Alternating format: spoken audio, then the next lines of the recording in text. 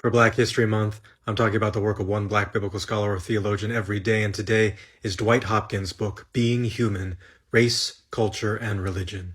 Most of the books in Black theology that I've chosen to highlight over the course of this month-long series have been works in theology proper, that is to say, works that examine the character and nature of God, especially with respect to God's identification with Black people and their communities, or they've been works in soteriology or Christology, that is to say, they've attempted to rework traditional theories of atonement or traditional conceptions of who Jesus is in light of Black experience.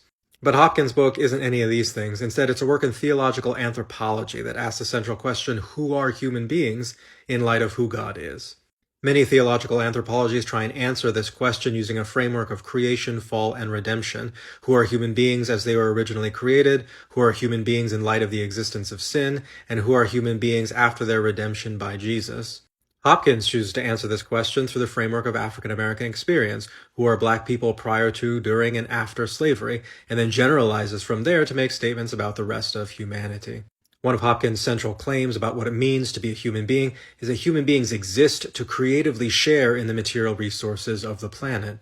This means that anything that deprives human beings of their share of the material goods, or that deprives human beings of their ability to creatively work with those material goods, is inherently evil.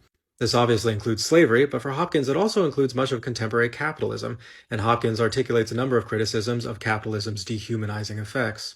Hopkins also has a number of interesting things to say about aesthetics and the work that goes into producing art and music and other kinds of beauty. It's in these moments and in this kind of work that Hopkins thinks that human beings are most like God.